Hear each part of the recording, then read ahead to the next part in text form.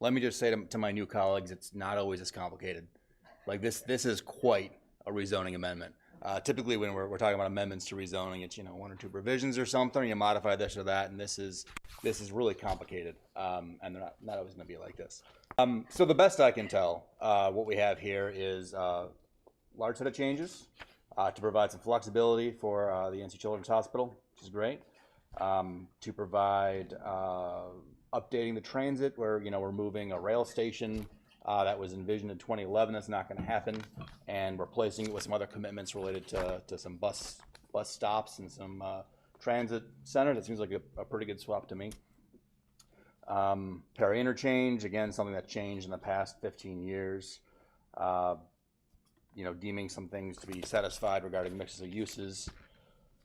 Transit center, and then to the recreation requirements, which I think, again, like has been called out by several of the speakers and my colleagues, it's actually a really big deal.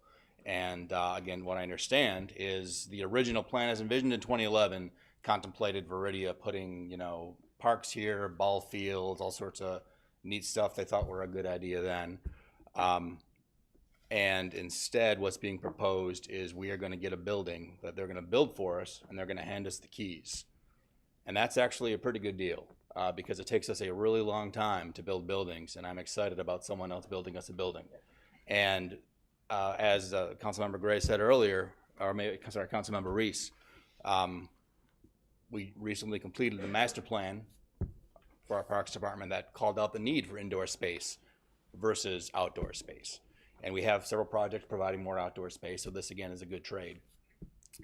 And the other thing that Joe mentioned related to the greenways. There's essentially some greenways going through Veridea that Veridea is going to build, Veridea is going to maintain, but we can use and program, and that's a really good deal too. And I think if we can do that going forward, that'd be great.